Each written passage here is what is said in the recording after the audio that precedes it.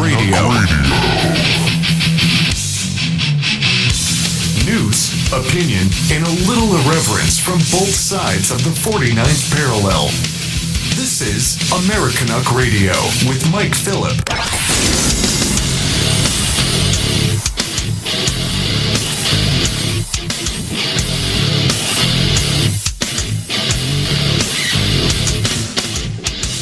That time again, everybody. Americanuck Radio. This is your host, Mike Phillip, coming at you live from Western Canada. We've got Professor Mike and Super Don riding shotgun, and Brad down in Minnesota at GCN. And I'm sure that he's going to have something to say about the topics that we're going to bring up today. I got up this morning, and I had a stomach flu, okay? There's a really bad one going around here, and people are just completely incapacitated for about 5 days. But you know what I did? I took my knowledge of supplementation and uses of minerals, and I knocked it out within half an hour. Same flu that's absolutely ruining people for a week at a time. Old Mike Phillip killed its ass dead fast. And the reason I bring that up is because I can offer you the same information if you head over to Americanuckradio.com and click on the banner that says Become a Dr. Glidden Advocate. Now, we've got a great show lined up for you today. We're going to talk more about this Vegas shooting. Right off the bat, my gut told me that the official story was stupid. I think this is some kind of an op and a sloppy one at that. There's all kinds of stuff that we can get into with it, and it gets weirder and weirder and weirder. The Vegas sloppy op. Also, Dawn, I couldn't believe it. Turns out Hollywood's full of scumbags. Did you ever guess that in your life? I mean, scumbags in Hollywood? Oh. You just now figured that out, huh? Well, I mean, I had my suspicions, right? But so some kind of giant revelation has come upon you. You're now accepting that reality. Yeah, I've always known. It's just that it's been really brought out. But you got to wonder, this whole Weinstein thing. I mean, with sexually harassing women, you got to wonder. If that, as bad as it is, if that's a cover-up for something even worse. That's where my brain goes with it. We're going to be discussing that. Also, the hypocrisy on the left-hand spectrum in dealing with it. You got guys like Jimmy Kimmel. All of a sudden, they got nothing to say. Hey, I'm not the conscience of America. I don't need to say anything about Weinstein. Yeah, he was crying about the Second Amendment. He's crying about the Affordable Care Act, which Trump just completely stuck a dagger right through the heart of. Best president in my lifetime, I'm telling you right now. Amazing. Turns out also Eminem, who I used to like some of his music, but personally I think he's a total and complete idiot. We're going to get into that. Kevin J. Johnston's going to be calling in the second hour. That's always interesting. He's probably the most outspoken guy in Canada. I talk to him a lot, so I'm guessing that the Dudley Do Rights or RCMP probably have my phone on watch. I guess I'll find out sooner or later. Let's launch this show.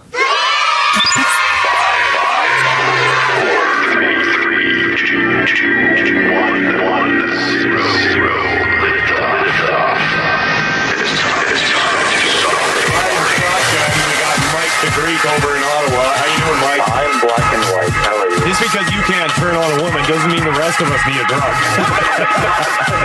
You, my friend, are in deep doo-doo. Americanuck Radio. In your face.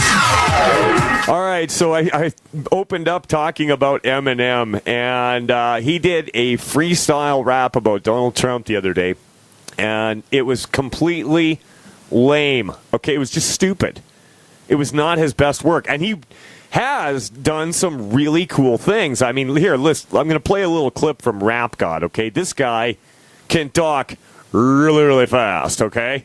Really fast. I mean, even black rappers will tell you the genre of music that was founded and made by blacks, a white guy came along and did it better than all of them.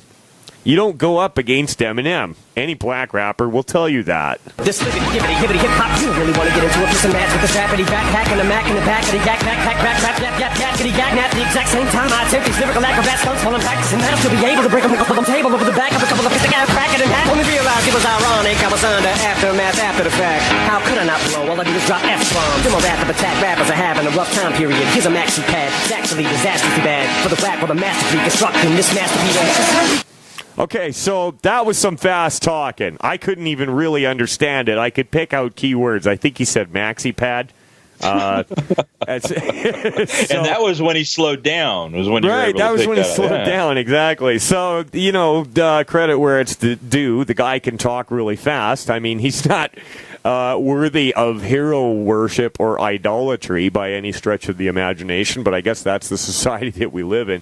Hey, Professor Mike, are you an Eminem fan? I am the biggest Eminem fan ever. I like M&Ms that are peanut filled. I like the caramel filled M&Ms. I like the M&Ms. Right. So you're probably at home bleaching your hair with some peroxide, reaching for a T-shirt to wear. I mean, listen, Eminem, when he came out, he did something totally different in rap. Yeah. I mean, it was cool when, I'm Slim Shady, yes, I'm the real Shady. But now... He figured out a way to annoy me more than black rap artists. No kidding. And listen... I absolutely hate it. Well, I'm not a huge hip-hop fan either. I like a little bit. I like guys like Immortal Technique. Guys with brains, right? Well, I mean, Beastie Boys. But anyways, so here's the thing. Eminem built his career on talking about killing his girlfriend, slapping women out, taking drugs, swearing his head off about everything. I mean, basically, if there was a disgusting topic, Eminem would bring it up, right? That was his deal. It's what he did. Now, he is the hero of the left because he came out and talked about President Trump. Let's listen to a little bit of that, shall we? All right, Eminem, go ahead. Calm before the storm right here. Oh, he just quoted Trump there, calm before the storm. Wait, how was I going to start this off? Why are you asking me? Oh, by the way, let me give you a little background if you haven't seen this. He's standing in a parking garage with a bunch of black guys and old cars behind him. So, therefore, he has street cred. Let's go on. I forgot. It'll come to you. Oh, yeah. Right. That's an awfully hot coffee pot. Should I drop it on Donald Trump? Probably not, but that's all I got till I come up with a solid... Wow. You definitely should not drop a coffee pot on the president, Eminem. Unless, you're serving it to him or whatever. When you have to get a waiting tables job after your career tanks. Oh, got a plan and now I got a hatchet like a damn Apache with a tomahawk. I'ma walk inside a mosque on Ramadan and say a prayer that every time I talk. Okay, so he has to obligatorily mention Islam, and he has to bring up Ramadan and mosques because it's politically correct to do so. You see how this guy's a big sellout? He is. She gets a like he cares about Islam. I'ma stop. Okay. I don't think you are. But we better give Obama props, because what we got in office now's a kamikaze that'll probably cause a nuclear holocaust. And while the drama pops and he waits for to quiet down, he'll just gas his plane up and fly around till the bombing stops. Ooh, we gotta give Obama props. Ooh. Yeah, that was some tough talk. Hey, did you know that props rhymes with stops? That's awesome, man. No Good job. Kidding. You could be a rapper. Good job. Yeah. So, under Obama, I think a missile hit the ground somewhere in the world every 2 seconds, but all of a sudden, I'm anti-war, so I don't like Trump. Eminem sucks. What a loser. We'll be back with Americanuck Radio to make fun of Eminem right after this. Oh, and I got lots. It's a long way to the top if you want to rock and roll. Americanuck Radio.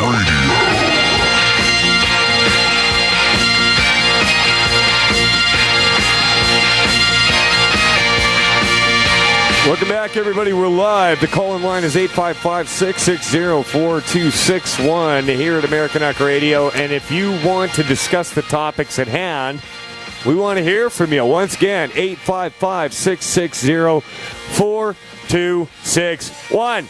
Now, before the break, we were talking about this absolutely lame rap that Eminem did. And, you know, everybody's acting like he blew President Trump away. Like when President Trump heard about it, he went like, he went flying back out of his chair and it was, oh my God.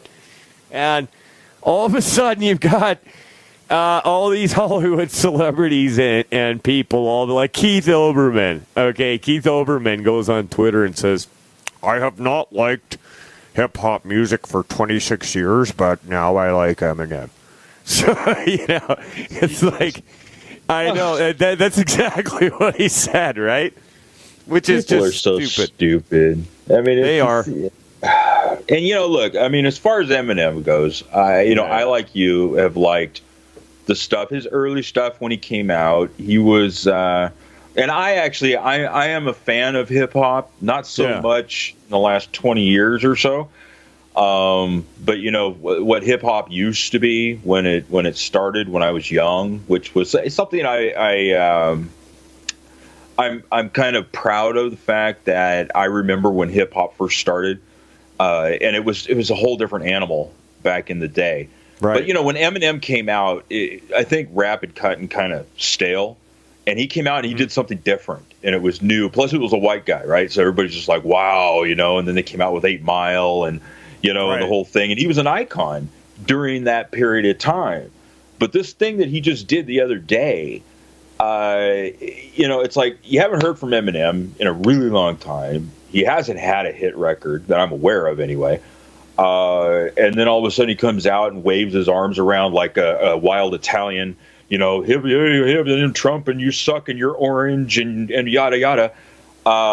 And it truly is comes across anyway to me that he is just trying to get in the limelight again. Pandering. Yeah, because he's a bandwagon jumper. He's kind of a has-been, and I don't mean disrespect to him because he was a star for a really long time, very talented. But, you know, where did this come from? I mean, you know, you might as well just get on a microphone and just call him a bunch of names and act like a little kid, you'd accomplish the same thing. I mean, it was horrible rhyming. And, you know, look, the whole freestyle thing is different than, you know, like a rap track. You know, it's supposed to have that kind of a ghetto urban poet type of thing going on where, you know, you're being creative and inspirational and enlightened and stuff like that. But honestly, it was just dumb. It was a bunch of name calling, and there really wasn't a whole lot of substance. It was like he was just trying to regurgitate all of the things that people have been saying and racism, wanting to become a part of the debate with Colin Kaepernick and yada yada. You know, it's kind of disappointing. I agree with you, but let's let him speak for himself, shall we? Eminem, go ahead. Intensity's heightened, tensions are rising. Ooh. Trump, when it comes to giving a shit, you're stingy as I am. Except when it comes to having the to go against me, you hide them. Because you don't got the like an empty asylum. What? Racism's the only thing he's fantastic for. Because that's how he gets his rocks off and he's orange. Yeah, sick tan. That's why he wants us to disband, because he cannot withstand the fact we're not afraid of Trump. Ooh. Walking on eggshells, I came to stomp. That's why he keeps screaming, drain the swamp, because he's in quicksand. That's what he's talking about. It's like we take a step forwards, then backwards. But this is his form of distraction. Plus, he gets an enormous reaction when he attacks the NFL, so we focus on that instead of talking Puerto Rico with gun reform for Nevada, all these horrible tragedies, and he's bored and would rather cause a Twitter storm with the Packers. Ooh. Oh, wait a minute. Let's back up. Now, the FBI is actually investigating in Puerto Rico because local authorities were withholding supplies from the population. It's looking like to make Trump look bad. I mean, you had the mayor of the I can't remember the name of the town, but anyways, it's in Puerto Rico. It doesn't matter, but their mayor was in a CNN interview, and she was wearing a Nasty Woman T-shirt that CNN brought down for her, standing in front of pallets and pallets of bottled water and food that the federal government had thrown in, saying that they didn't help him out. So, Eminem, you're wrong on that one. You're still an idiot. But let's go on. Okay, anytime. He says he wants to lower our taxes. Then who's going to pay for his extravagant trips back and forth with his fam to his golf resorts and his mansions? Same that he tormented Hillary for and he slandered, then does it more. Okay, wait a minute. Now, all of a sudden, you're upset because he tormented Hillary? No, well, back it up even before that, okay? And this is something that really ticks me off about people. That they're opportunistic. It just, when a president gets into office that they don't agree with. In this case, we've got a Republican. I'm assuming Eminem is more of a liberal Democrat. His extravagant trips and driving, blah, blah, blah, blah, blah. You find me one frickin' president who has not taken extravagant trips and vacations and golfing and Martha's Vineyard and yada yada on the taxpayer's dime. Find me one. It doesn't exist. Every president does this. Every single one. Obama did it. Bush did it. Clinton did it. They've all done it. This is nothing new. But people have a short-term memory problem. We've got a national case of Alzheimer's in this country because they forget about it. When their guy does it, he's just doing it on his business. He deserves a vacation. He works really hard. He needs to relax and spend time with his family. But when it's somebody in there that they don't agree with, then it's extravagant trips to go golfing. You know how many golfing trips Obama went on? Oh, yeah. It was every weekend. Guys. Yeah, he was always on the green. But, I mean, listen, Eminem wants to talk about, he wants to lower taxes. Yeah, because Eminem lives in a $25 million house, okay? Those tax breaks that they're talking about are for middle-class families. Eminem, you're not a poor black child anymore, okay? From his endorsement of banning support for the Klansmen, tiki torches in hand for the soldier that's black and comes home from Iraq and is still told to go back to Africa, forking a dagger in this racist 94-year-old grandpa who keeps ignoring our past historical deplorable factors. Now if you're a black athlete, you're a spoiled little brat for trying to use your platform or your stature to try to give those a voice who don't have one. Right. He says you're spitting in the face of vets who fought for us. What an idiot. Unless you're a POW who's tortured and battered because to him you're zeros because he don't like his war heroes captured. Oh, he's talking about John McCain. Now you're a fan of John McCain. Hey, Eminem, I'm Slim Shady. Will the real Slim Shady please shut up? We're talking about John McCain votes against everything that the president does. And not only that, there's pictures of John McCain meeting with ISIS leaders. Think about it. Mike, and Super Don on Americanuck Radio will be back after this with more Bashing Eminem. I love it.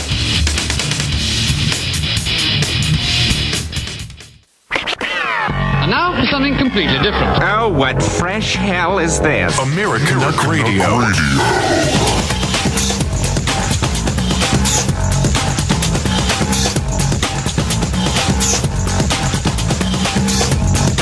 Hey, look at that. We're back live. What do you know? So I had like 4 or 5 callers on the line during the last segment, and I didn't get to any of them. Sorry about that.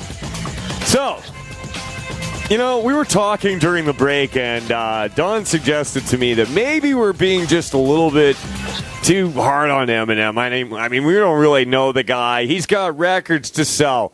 He's got a mansion to pay for, probably child support, right? So let's see if we can't put a human face on things. Now, when I need some inspiration, I generally go to Weird Al Yankovic, okay?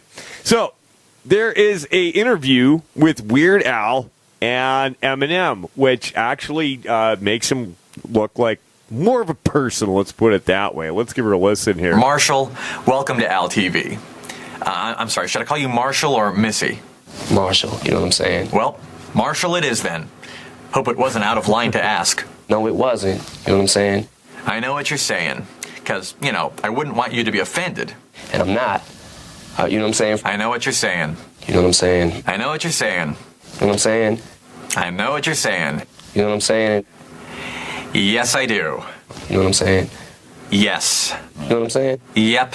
You know what I'm saying? I know what you're saying. You know what I'm saying? Yeah. You know what I'm saying? Yes.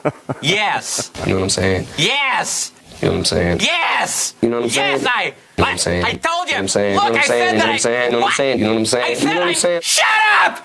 Shut up! Shut up! You know what I'm saying? Yes, I know what you're saying, all right? He does say, you know what I'm saying, all the time.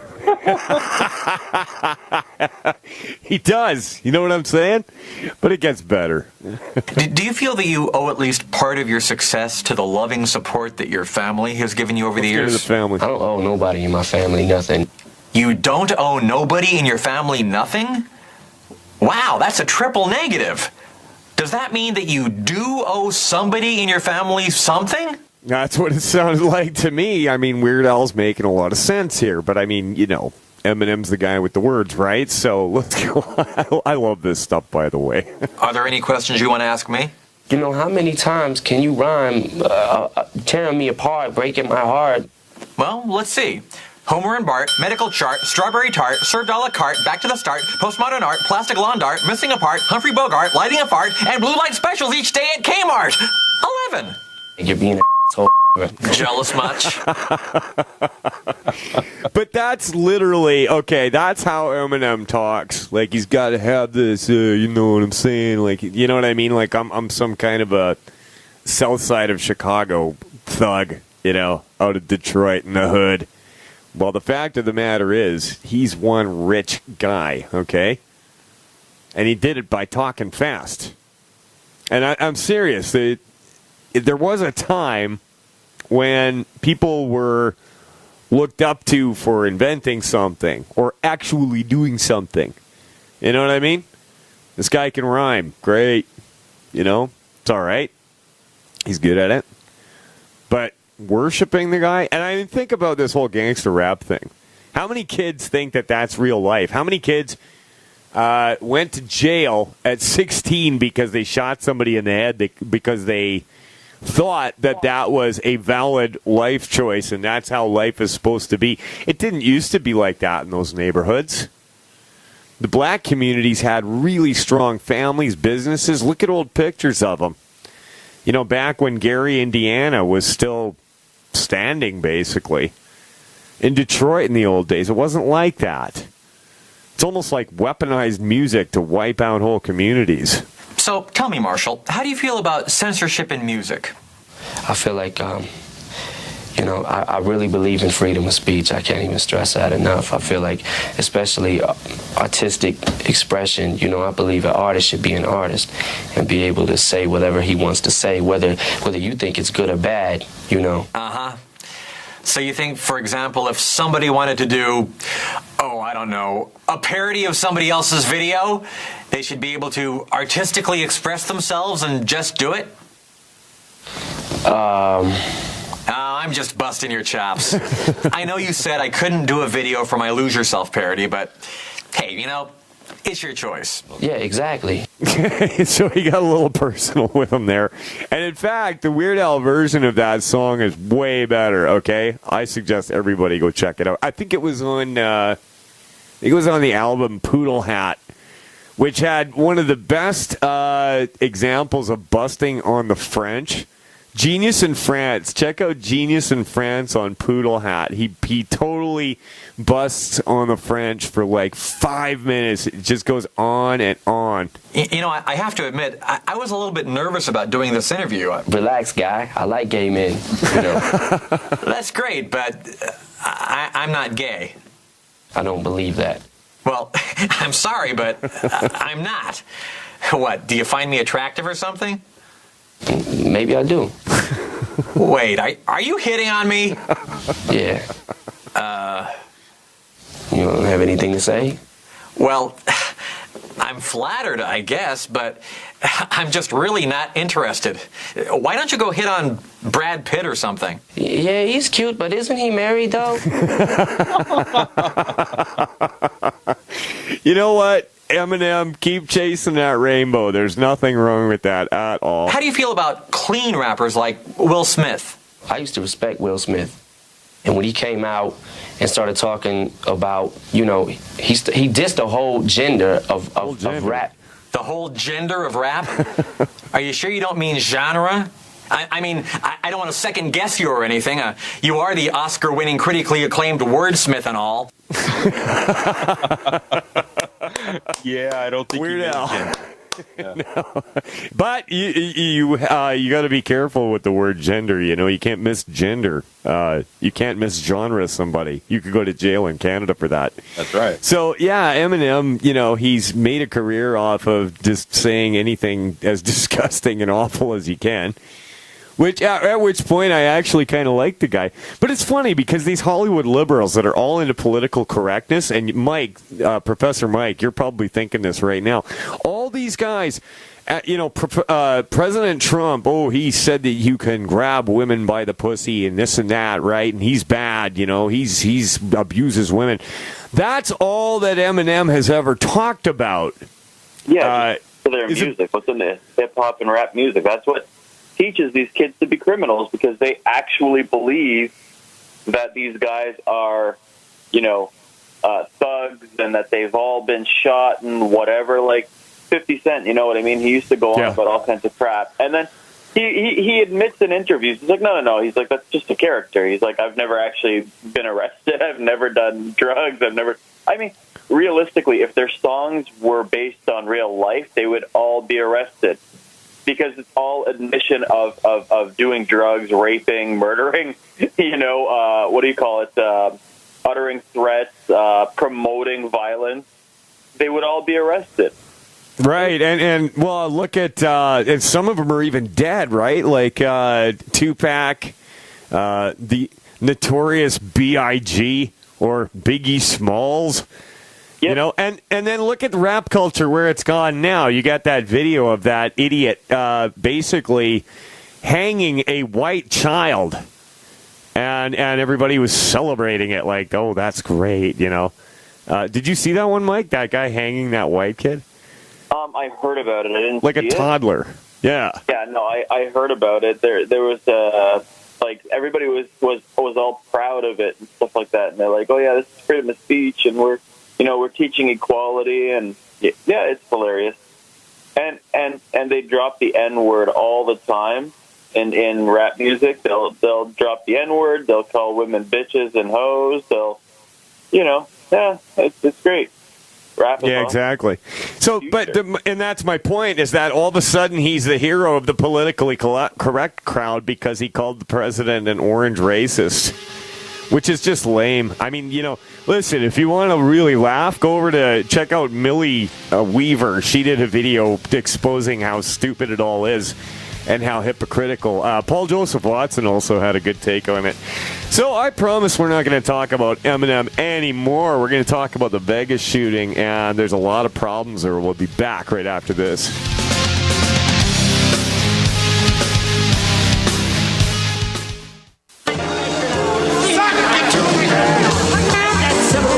In Vegas, everybody's got to watch everybody else. Since the players are looking to beat the casino, the dealers are watching the players. The boxmen are watching the dealers. The floormen are watching the boxmen. The pit bosses are watching the floormen. The shift bosses are watching the pit bosses. The casino manager is watching the shift bosses. I'm watching the casino manager, and the eye in the sky is watching us all.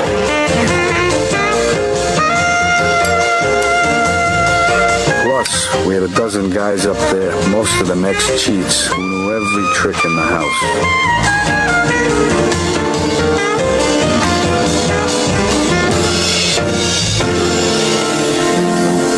Trying to make it real compared to what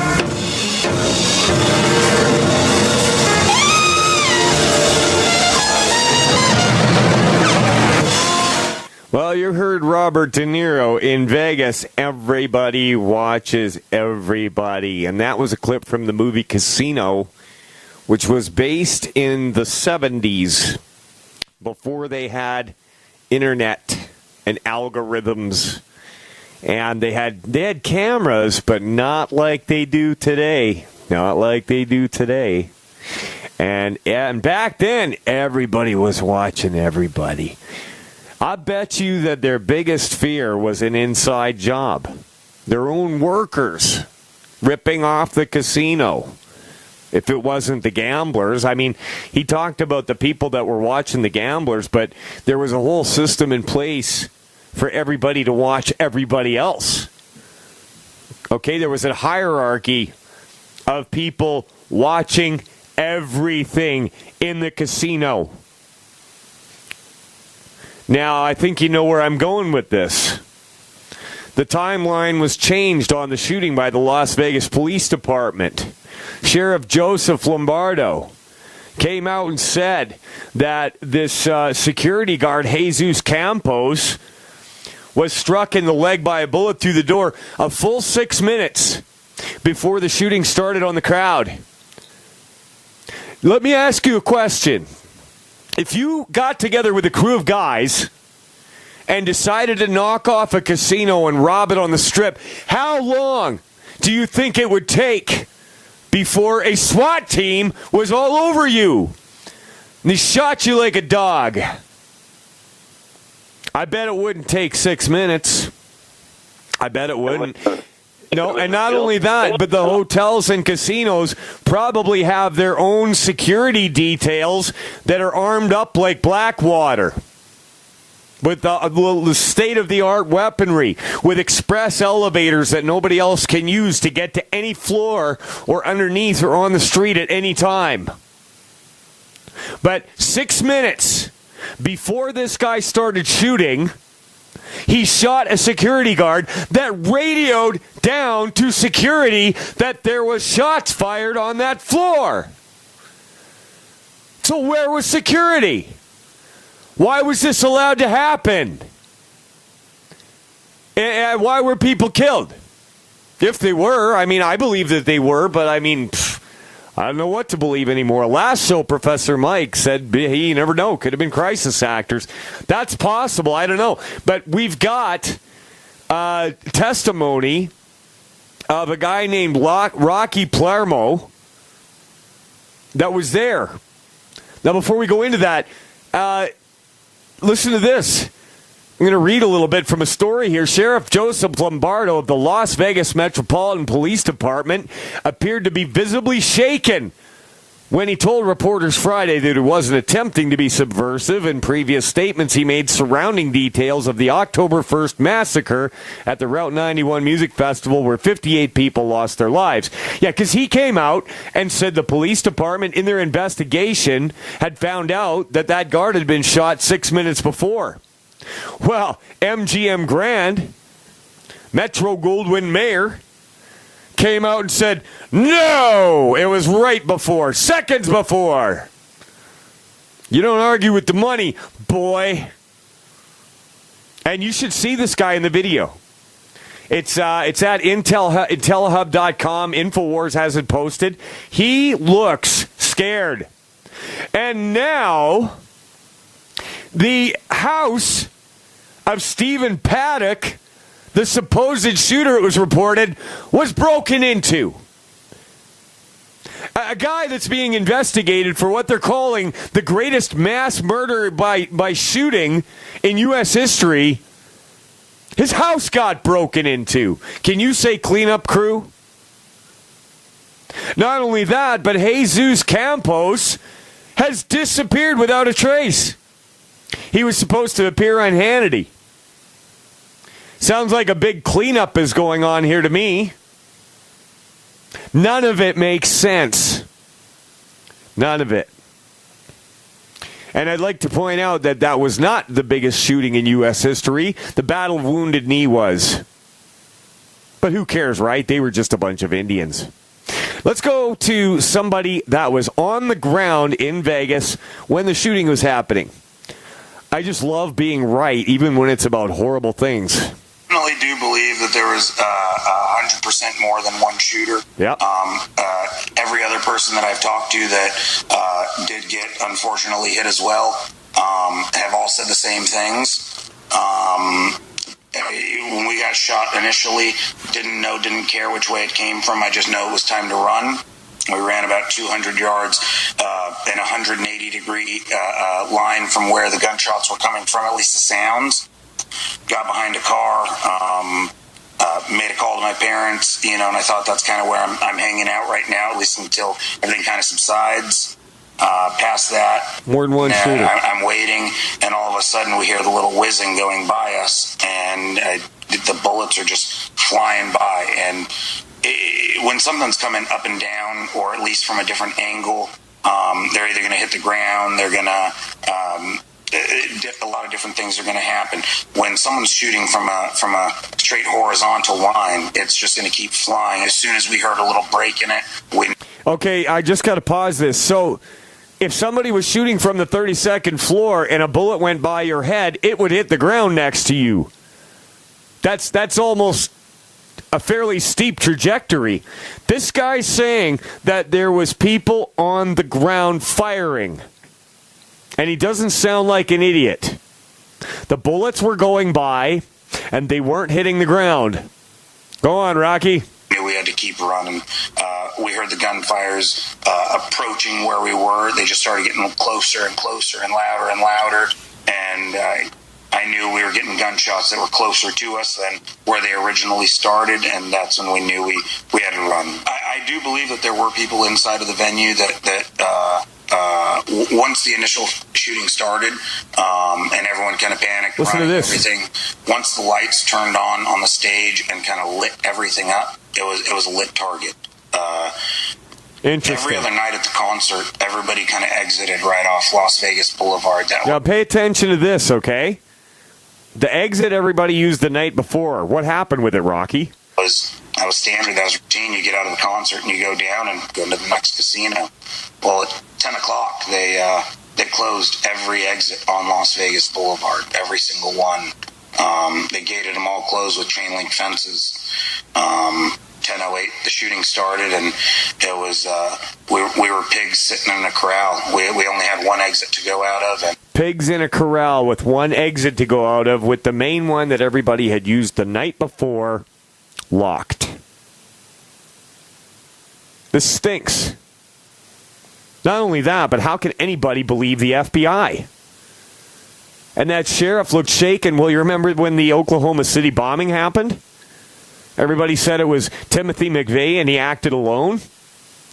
Cop of the Year, Terrence Yeaky, came out and said no way there was bombs inside the building and there was other actors involved.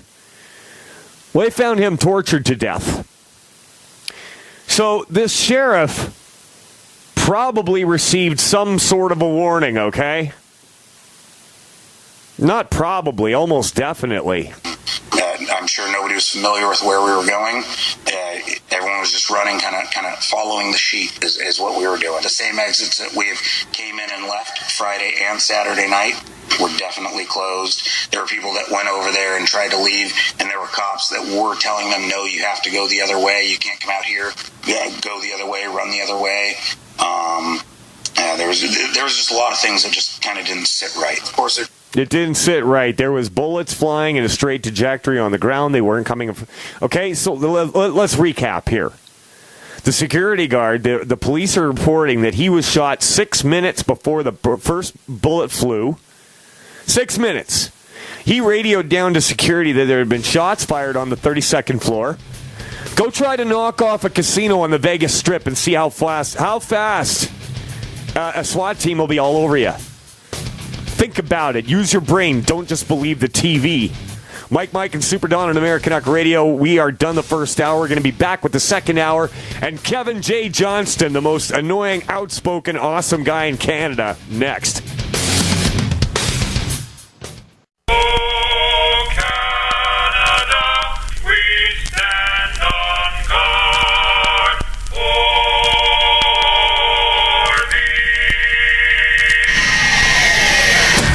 Americanuck Radio.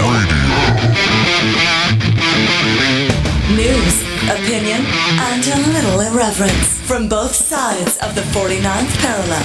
This is Americanuck Radio with Mike Phillip.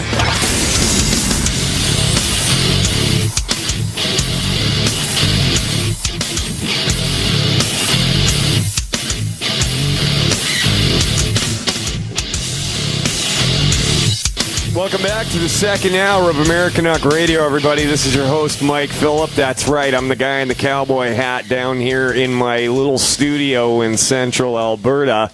And as promised, we've got Kevin J. Johnston, the most outspoken guy in Canada, and he's actually going to be running for mayor of one of our largest cities, Mississauga. Kevin, how you doing? What's on your mind besides your hat? Oh, first off, I don't wear hats, but how am I doing? I'm doing fantastic. You know, it's amazing how strongly a group of people will come together to support somebody who gets arrested for bogus charges. I mean, it's me getting arrested for the willful utterance of hate speech has been an absolute godsend for myself. It's been a boon, hey? It has been, and when I divulge, because right now I can't with the media publication ban in place, but when I divulge who actually filed the charges and when I release all of their information, it's going to blow your mind. It is, it's a scandal. But, you know, speaking of scandals, is once again, I am featured in an article which has nothing to do with nothing. You'll love this one. The Mississauga News and the Brampton Guardian, they're owned by the Toronto Star, the Toronto Red Star, or Rag Star, as they call it. Hate crimes are talked about in this particular article. Now, in Peel Region, which is to the west of Toronto, there are 3 cities. My hometown of Mississauga, Brampton, and Caledon. So that's about 1.6 million people that live between those 3 towns. Peel Regional Police Services Board released the real statistics on hate crimes. You ready for this? I am. Okay, these are the top 5 groups that have hate crimes committed against them with the numbers. In 5th place, Muslims, with only 5 incidents, none of them violent. All right? And then below that, instead of them saying, hey, isn't it great that we live in a safe part of the world and that white people are really tolerant of Muslims? No, it doesn't say that. Instead, there's a photograph of me where they remind everybody that I was arrested for uttering hate speech. Wow. So only 5 Muslims got insulted in the whole region of 1.6 million people. Yet this guy who authored the article, Louis Rosella, and I just mocked him now saying, hey, we're talking about you on Americanuck Radio. That's what he decided to do. Now, in 4th place, South Asians, so that would be Pakistanis, Bangladeshis, and Indians, there was only 6 incidents. And instead of saying, hey, isn't it great that everyone lives in harmony in Mississauga? No. What this clown puts down below that statistic is the video that came out earlier this year of the white woman who was asking non-English speaking doctors if she could have a white doctor look at her kid. That's a crime. Yeah, crazy. Then, number 3 is the LGBT community, QXYZ, whatever. 7 incidents. That's it. So it's pretty safe to be gay and a freak in this town, all right? So if you're a guy with a beard and you want to wear a dress, there's no safer place to be because only 7 people had things shouted at them. Number 2 is the black community with 17 incidents. That's it. And even by the police's own words, here's the way they describe it. Peel Regional Police never laid hate crime charges in any case, but alleged that there were some people who were victims of unprovoked racial slurs. Whoopie friggin' do. Okay? Right. And then the number 1 group in a region of 1.6 million are Jews. Now, 23 incidents is almost as much as all the other groups combined. So Jews and blacks, even nationally, are always the 2 groups that get hit the most with this kind of stuff. But it doesn't change the fact that none of these crimes were violent. Yet the Mississauga News, Toronto Star, the whole Tor Star Entertainment Group still has to turn this thing into some kind of racist montage by showing you the good news and then throwing in some bad news along with it. That has nothing to do with the good news, nor anything to do with the story at all. But if these clowns want to keep giving me front page, it's a great photograph of me with a megaphone. If they want to keep giving me front page spots, I'll take it. Oh, absolutely, man. I mean, what's going to happen, and we actually discussed this before, but I mean, what's going to happen is people are going to read that, they're going to see you, they're going to find you, they're going to listen to what you have to say, and they're going to think, yeah, he's right. So all they're going to do is build your listenership and viewers on the different platforms that you're on. You're on YouTube again? I am on YouTube again, but it's only a matter of time before they shut that down. Yeah. All my energy, in reality, goes into my BitChute.com channel, which has 489 videos now for your listening and viewing pleasure. And to get there, I've made it really simple. I registered KevinJOHNSTON.com. Click on that. You'll go straight to my BitChute channel. There's probably 150 hours of watching time there. Go nuts. Great, and you're talking about this institutionalized racism that they want to make it seem like is happening. I tell you what, do a little experiment, okay? Somebody told me this on Minds.com. Go and throw into Google white couple. 2 words, white couple. So I thought, okay, I went over to Google and I threw in the words white couple on a search. Well, there's 4 pictures that appeared near the top of the page, 3 of which showed a white woman with a black man.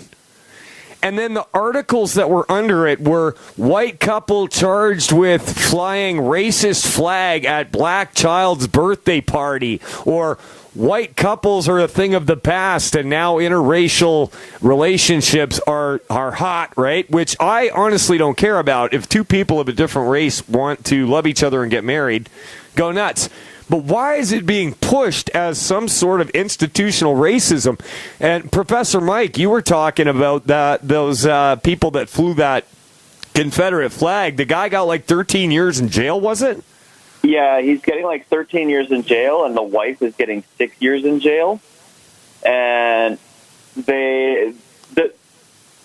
they drove by in a pickup truck, and then they had Confederate flags and American flags on their trucks. And then, they dropped the N-word a few times and stuff like that. But 13 years in jail for a word. Yeah. Now, some people get beaten and raped and get their eyes knocked out of their sockets. Okay, this happened to somebody that I know.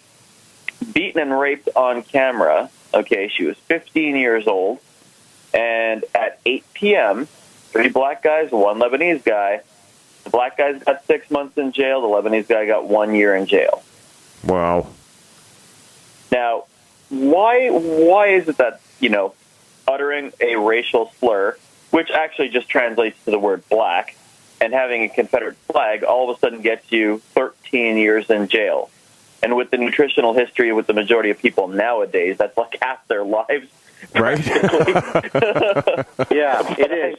Well, all I can say on the subject matter is the more that we lay charges like this, and specifically against white people, the more we're simply going to divide the entire nation. The more crime that the more real hate crimes are actually going to start happening once people get completely and totally fed up. But the other thing is, and black people need to understand this, and so does everybody for that matter, and that would be that when you start filing hate crime charges, especially against crackers and honkies, whatever you want, snowflakes, all you are going to end up doing is showing everyone that you cannot compete on the same level, that you are inferior because you have to have these special laws to protect you because of your skin color.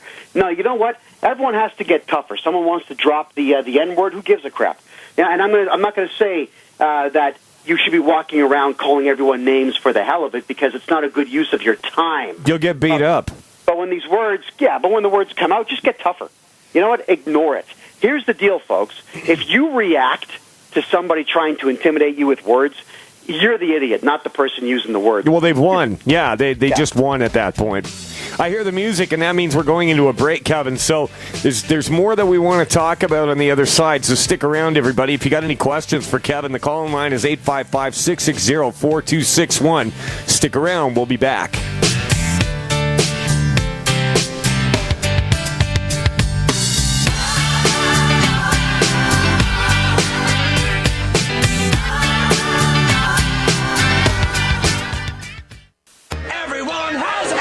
My grandma and my dog go blue. The Pope has got it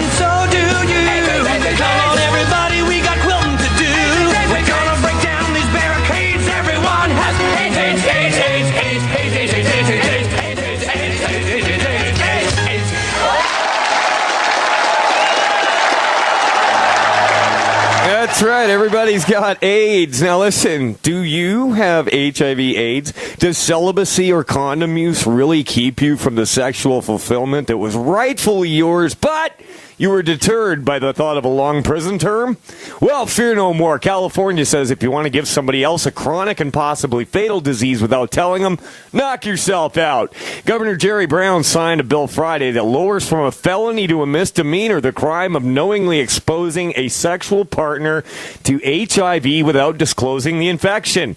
The measure also applies to those who give blood without telling the blood bank that they're HIV positive. Modern medicine allows those with HIV to live longer lives and nearly eliminates the possibility of transmission, according to Charlie Sheen and State Senator Scott Wiener, Assemblyman Todd Gloria, authors of the bill.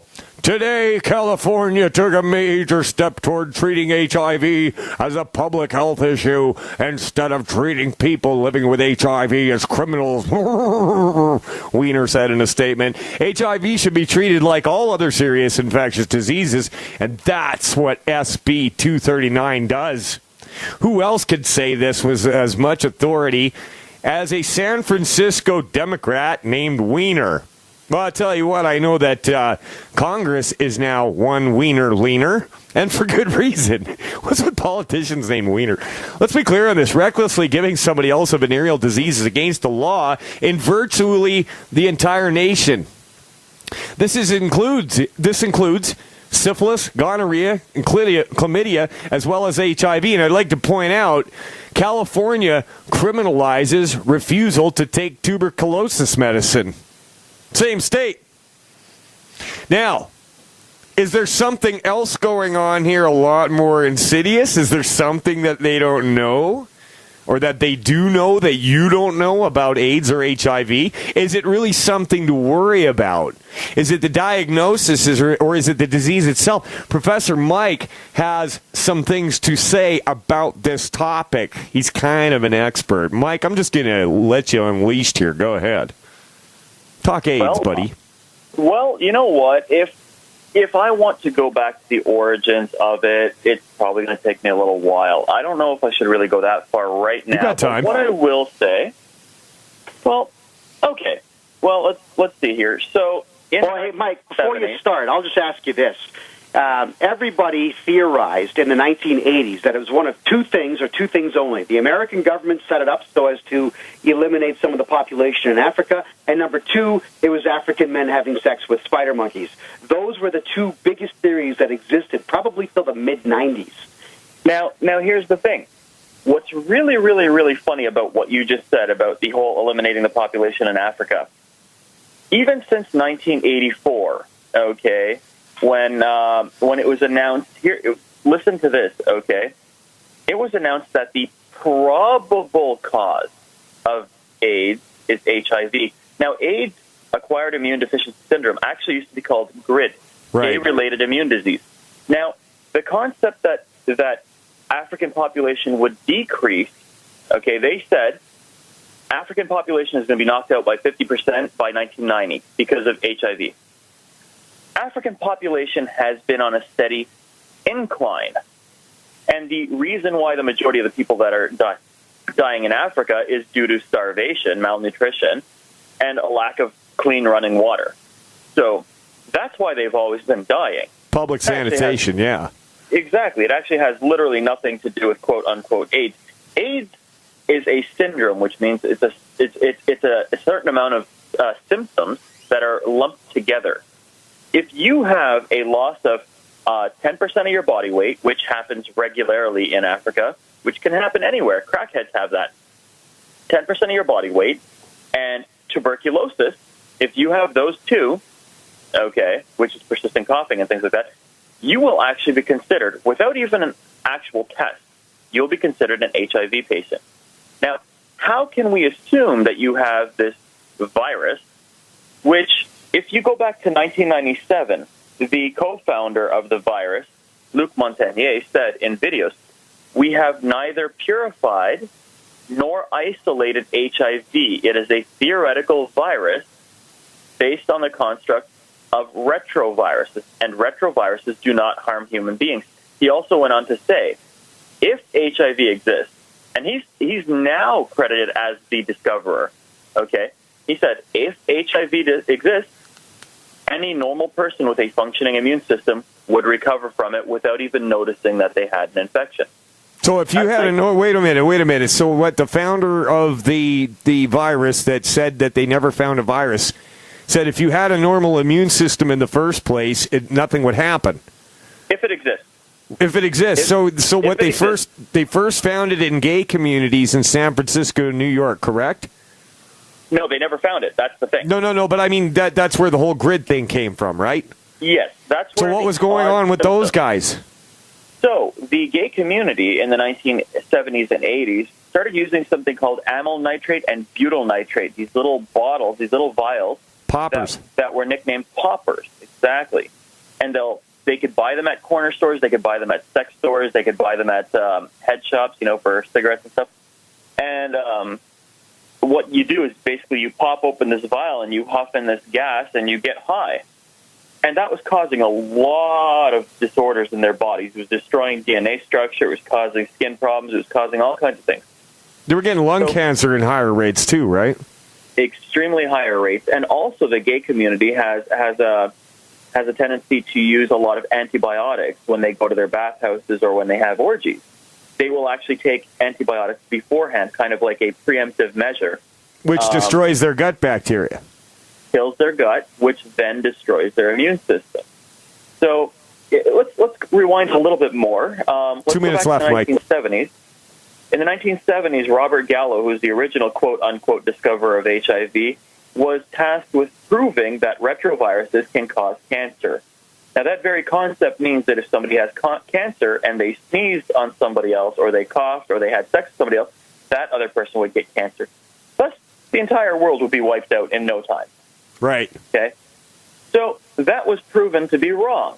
So he was losing his funding. He turned around and he stole a homemade virus from the Pasteur Institute in France, okay, claimed that he was just going to analyze it, and then he turned around, he modified it, and he said, oh, look, this is viral particles and leftover debris, but it may be attributed to the cause of AIDS. So they turn around and they announce, okay, the probable cause of AIDS is HIV. All the tests for HIV say this cannot be used to diagnose the presence or non-presence of HIV, and it cannot be used as a diagnostic aid because they're not actually searching for a virus. The only test where they don't search for a virus, they search for unspecified antibodies, which basically means they search for anything that reacts to their test, and their test has multiple different proteins that are taken from pretty much anybody. They dilute your blood by 500%, because if they were to take a normal blood sample and put it on the test, whether it's the Western blot or the ELISA test, you were guaranteed to get a positive reaction. Okay, everybody would be quote-unquote HIV positive. All right, listen, Mike, I hate to interrupt because I want to hear more of this because this is interesting stuff, but I hear the music. So obviously a lot of people did die and are still dying today. I want to figure out why that's happening if there's no presence of a virus. We'll talk about it on the other side of this break on Americanuck Radio. Americanuck Radio.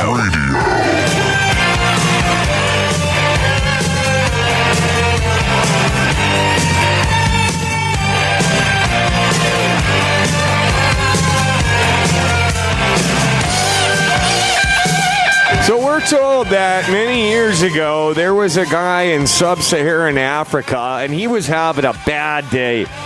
His wife was nagging at him. He had bills to pay. There wasn't enough food to eat. So he got a couple drinks in him and he went for a walk. And there was a monkey. Ooh, that monkey was looking good. And he thought to himself, don't do it, Muhibub. But his baser instincts took over. And bam, we've got an AIDS epidemic. Well, I mean, I'm making light of a serious thing because, listen, a lot of people, right. So, but listen, a lot of people have died.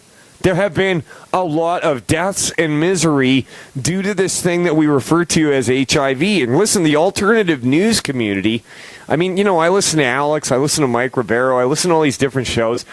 And they are freaking out about this new law in California that makes the transmission of HIV a misdemeanor as opposed to a felony. But as Mike just very briefly, there's a lot more to it, and I've heard him talk about this before. It's fascinating stuff, but it turns out that it was a lie. So, Mike, how come people are dying of this so-called disease? If what you're saying is true and there is no virus, they're not even looking for it in the blood work. They're just looking for antibodies. And then, you've got about maybe 5 years before you go on a downward slide. How come people are actually dying? What's really going on there, Mike? Well, so as you were saying, right, there's something called Koch's postulate, which has not been established with HIV. The series of tests scientifically needed to actually prove that a virus exists. Okay? So we don't even have proof that the virus exists. The tests themselves do not test for a virus. So you have a virus that we've never found, even based on the actual founders. They even say it. A test that says we cannot test for the virus. Okay? So far we have an imaginary purple dinosaur, okay, that we claim exists, but we can't prove exists. We have no way of showing you that exists. And somehow this imaginary purple dinosaur is stomping people to death, right? Now, you look at the listed symptoms that they established are, related to HIV. They say persistent cough, persistent vomiting, jaundice, organ weight loss, DNA chain disruptions, things like that. And then you look at the treatment protocol. In the 1980s, they released a drug called zidovudine, also known as AZT. AZT is the first major HIV drug that was credited as being, a lifesaver. The side effects of AZT, oddly enough, are 100% the exact same side effects, the exact same symptoms that were listed as HIV symptoms. So the drug side effects, which has a skull and crossbone, if you look at it, it is a black labeled drug that has skull and crossbones on it. And it says that no pharmaceutical practitioner is allowed to touch it or inhale it. Okay? So the drug says it will kill you. The actual side effects of the drug 100% match the symptoms of HIV. The drug itself has been listed that it kills the average patient with a fully structured immune system. So a good immune system, the average person will die within 5 to 7 years of taking it at their regular doses.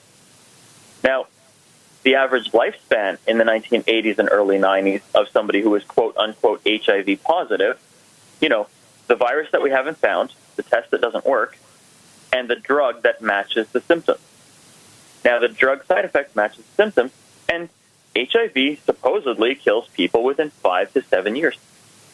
Zidovudine, AZT, is a DNA chain disruptor. Basically what it does is it destroys your DNA, and it stops your DNA from replicating, stops your cells from reproducing, and it alters the way that your system works.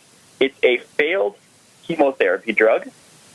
Okay? It was banned in the 1950s. It totally failed. So they repurposed it as an antiretroviral. But here's the thing. Retroviruses have never shown to cause any harm to human beings. And if this test supposedly checks for non-specific antibodies, antibodies are genetic markers that show your body that you have immunity against something. Now, this is going to be, if HIV exists, and if these tests somehow search for HIV, testing for an antibody would simply test that you have proven immunity against HIV. So right there, that throws the whole concept out the window. Now we're proving that you have immunity to HIV if these tests work. All 38 approved tests in the world state right on there, they don't actually test for HIV. So it's the treatment that's actually been killing people. And you have to understand, it's really, really funny that they say that the majority of HIV patients are intravenous drug users. Okay. Well, heroin users are going to die early anyways. And if you look at the symptoms, of heroin use, it's major weight loss, it's sunken eyes, it's bone loss, it's all these other symptoms that are exactly related to HIV.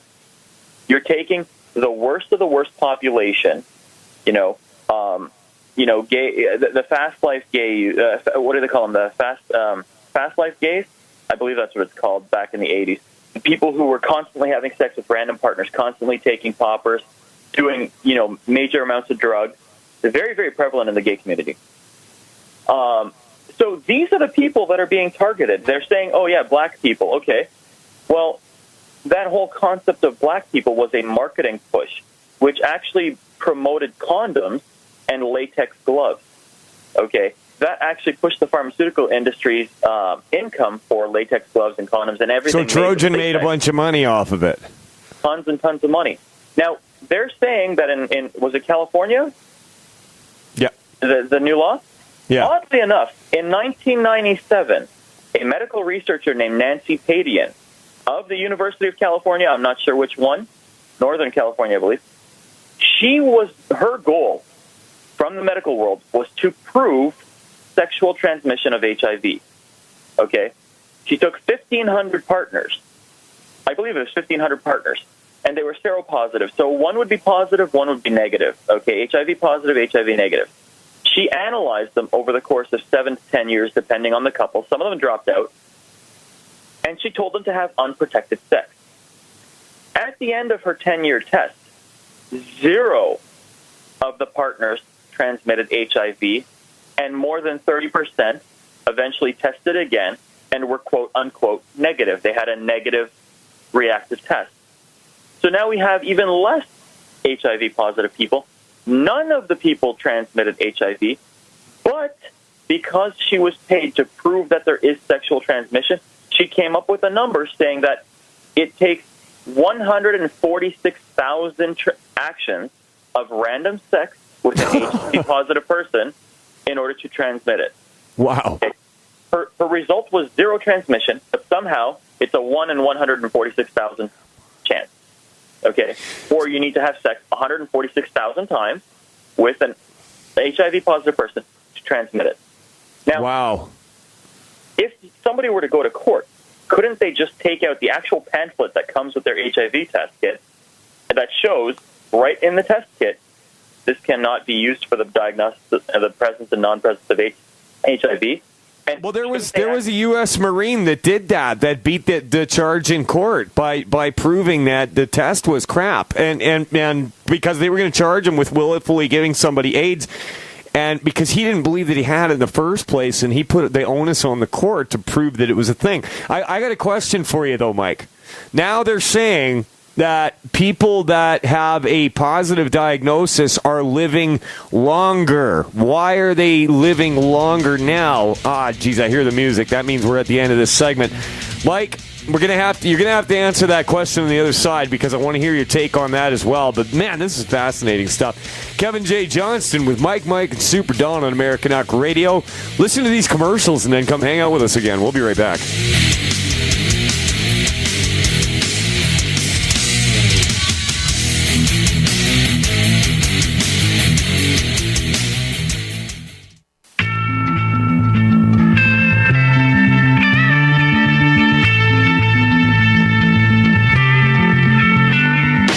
Americanuck Radio.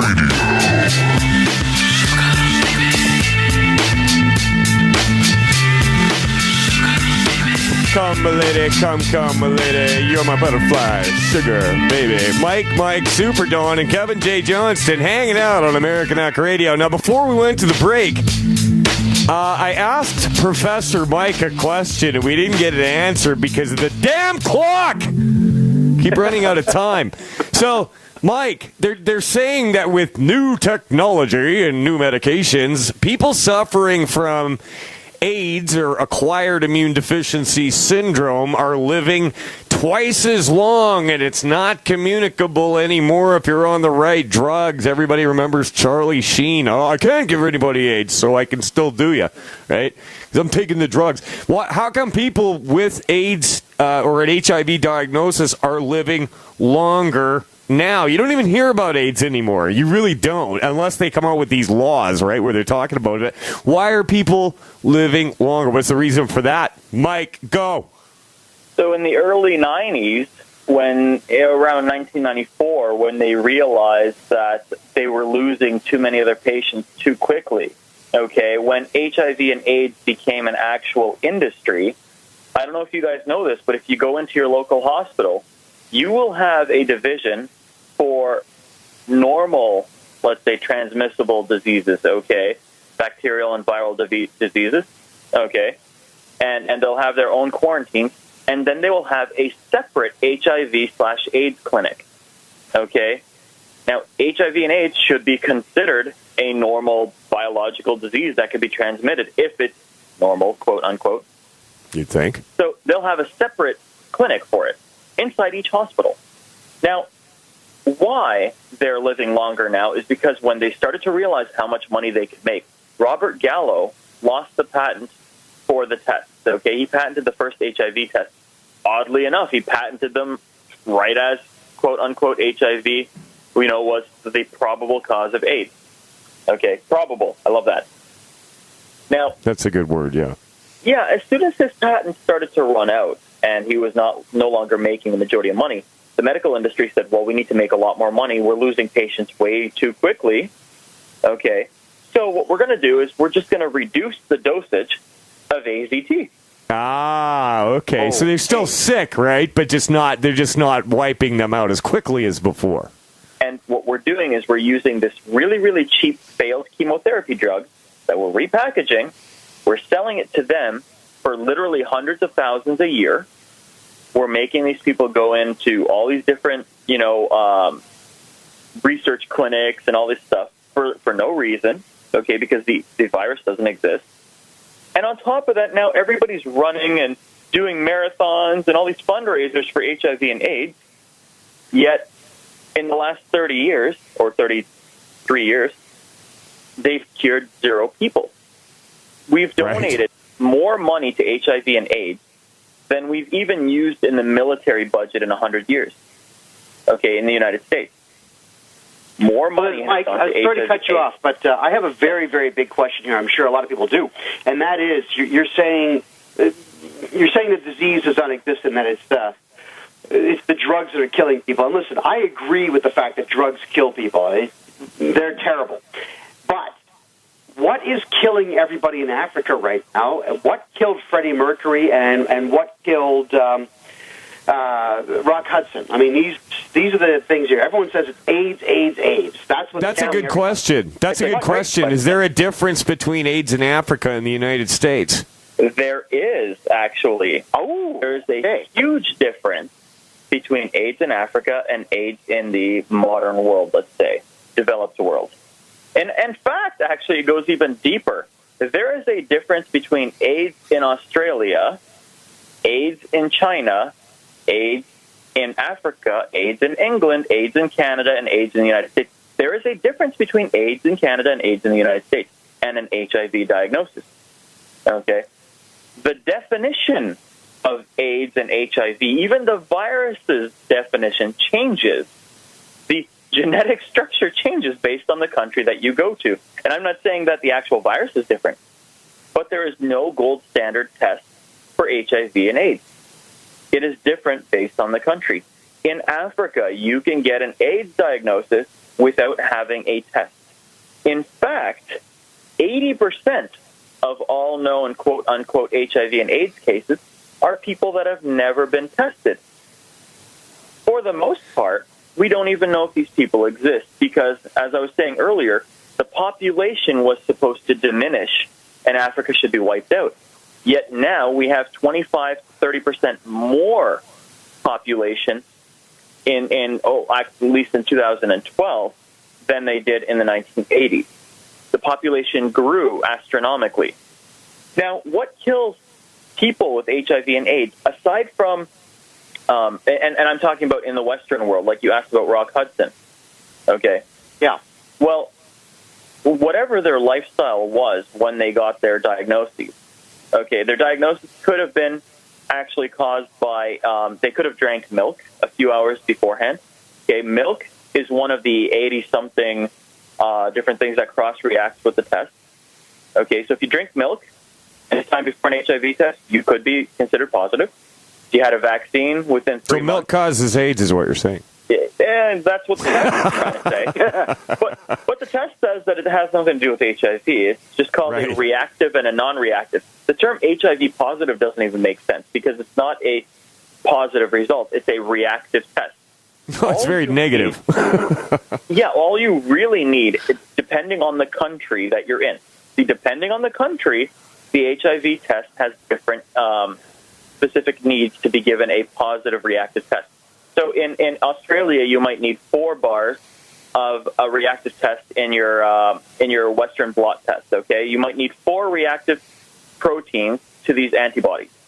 Whereas in Canada, the U.S., in Canada you need 3. In the U.S., you only in Canada you need I think you need 3. In the U.S., I believe you need 4. In Australia, you need 2. I'm going to have to double check the actual specifications. But basically, if you get diagnosed with HIV in Australia, all you have to do is move to Canada, and you're all of a sudden HIV negative. Hey, that's why I live here. So listen, we've kind of this is really interesting stuff, but I got to tell you, man, there is a soundbite that I've been just dying to get to. Speaking of venereal diseases, this whole Harvey Weinstein thing, okay? Harvey Swinestein, worse than anything. Hollywood scumbag to the core. Called God by actresses. Now, Hillary Clinton had some things to say about Weinstein. I'm going to let this play, and we can all comment over top and say whatever you want. But listen to this. This is the ultimate hypocrisy. Now, the other big story of this week, as you know, is your friend Harvey Weinstein, who has had a huge slew of really serious allegations made against him. What was your reaction when you first read those allegations? I was shocked and appalled because I've known him through politics, as many Democrats have. He's been a supporter. He's been a funder, and for all the same thing. Democrat supporter and funder, right? All of us, for Obama, for me, for people who've run for office in the United States. So it was just disgusting, and the stories that have come out I know what I'm thinking are right heartbreaking. And I really commend the women who have been willing to step forward now and tell their stories. But I think it's important that we not just focus on him and whatever consequences flow from these stories about his behavior, but that we recognize this kind of behavior cannot be tolerated anywhere, whether it's in entertainment, politics. After all, we have someone admitting to being a sexual assaulter in the I think we can all see where this is going. Yeah, of course.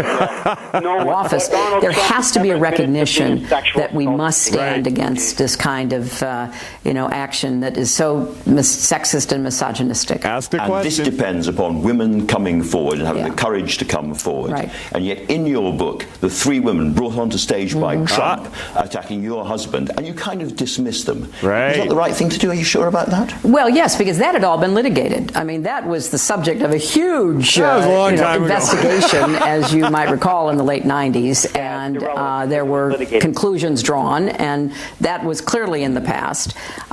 What a bitch. Wait. So I could murder somebody, and as long as I'm convicted and litigated, then it's okay? Yeah, in the words of the monkey in The Lion King, it doesn't matter. It's in the past. And I know that because my kids watched it over. You sounds actually like what she was saying is that if it's in the past, it's okay. Don't worry about it. Yeah, that's not present day.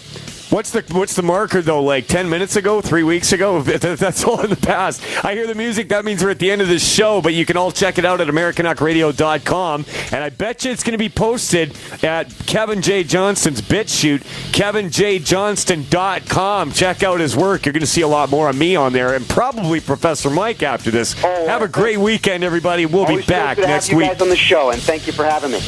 You bet. You're welcome anytime, Kevin.